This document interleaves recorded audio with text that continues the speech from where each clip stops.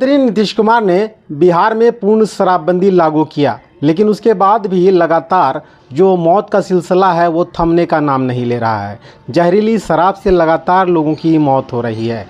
बिहार के मुख्यमंत्री नीतीश कुमार ने 2016 में इस शराबबंदी कानून को लाया था और उन्होंने ये कानून महिलाओं के कहने पर लाया था। जिस समय वो चुनाव प्रचार पर थे, उन्होंने उस दौरान वो जब जाते थे चुनाव प्रचार में, उस दौरान वो कहते थे कि बिहार में पूर्ण शराबबंदी वो लाएंगे।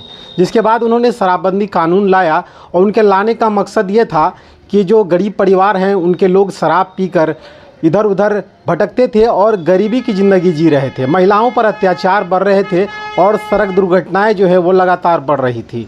लेकिन उसके बावजूद भी जैसे ही शराबबंदी कानून लागू हुआ, उसके बाद कहीं ना कहीं तस्करी बढ़ गई।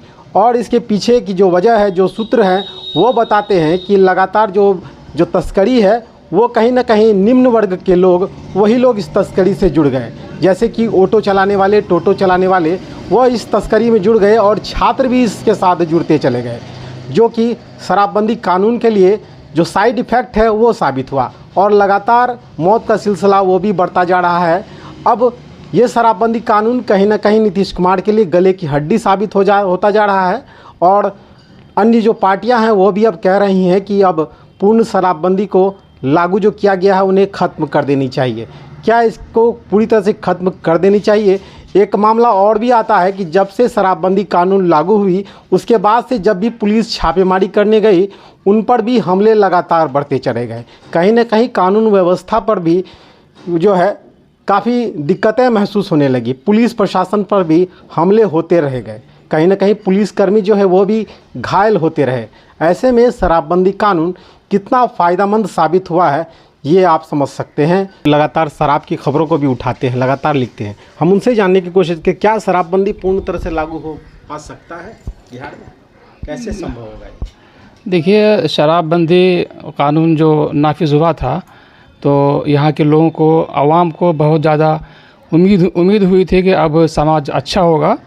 लेकिन इधर लगातार शराबबंदी कानून का उल्लंघन हो रहा है और इसमें जो खास करके जो तस्करी लोग हैं, ये लोग बहुत ज़्यादा इस मामले को ये लोग तूल दे रहे हैं और इस पर पुलिस प्रशासन भी अच्छी तरह से नियंत्रण कर नहीं पा रहे हैं, जिसकी वजह से लग रहा है कि शराबबंदी कानून पूरी तरह से नाकाम हो चुका है बिहार में। कैसे इस पर अमल किया जाएगा? क्यों लगता है कि पुलिस पर जो हमले हो रहे हैं लगातार, जो रोकनी जाती है, उस पर ही हमले हो जाते हैं? तो शराब क्या पुलिस से ओपन कर देना चाहिए शराब को? जी, ऐसा लग रहा है कि जब से शराबबंदी कानून नाफिज हुआ है तब से अब तक कामयाबी की तरफ बढ़ नहीं रहा है। तो ऐसा लग रहा है कि अब पूरी तरह से शराबबंदी कानून को ख़त्म कर देना चाहिए। तो शराबबंदी कानून को पूरी तरह से ख़त्म कैसे किया जाएगा? प्रशांत किशोर का एक बयान आया है, उन्होंने कहा है कि इसे वो 24 घंटे के अंदर ख़त्म कर सकते हैं। क्या नीतीश कुमार को प्रशांत किशोर से संपर्क करना चाहिए? क्योंकि प्रशांत किशोर पहले भी नीतीश कुमार के साथ काम कर चुके हैं और उनकी पार्टी को आगे बढ़ाने का काम किया है। अगर शराबबंदी से लोगों की मौत हो रही है, लोगों की जानें जा रही हैं, तो लोगों की जान बचाने के लिए क्या प्रशांत किशोर से उनको संपर्क करना चाहिए? ये भी ज़रूरी है, क्योंकि प्रशांत किशोर अपने मन से लगातार कह रहे हैं कि वो एक दिन के अंदर शराबबंदी को लागू कर सकते हैं अगर उन्हें मौका मिले तो। कहीं ना कहीं उनके पास कोई ना कोई तो फंडा है, ट्वीट है, जो कि वो इस तरह के बात उठा रहे हैं।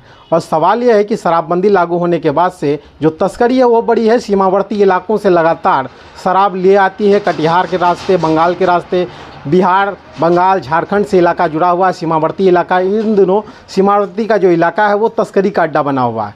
ऐसे में ये कानून कहीं ना कहीं फेल्योर साबित हो रही है। मुख्यमंत्री नीतीश कुमार को इस पर पूरी तरह से ध्यान देना होगा, या नहीं तो जो पार्टियां कह रही हैं, अब सवाल उठा रही है, उस पर उन्हें शराबबंदी कानून को ख़त्म करना होगा, या नहीं तो 2025 में उनको इनका खामियाजा भुगतना पड़ सकता है।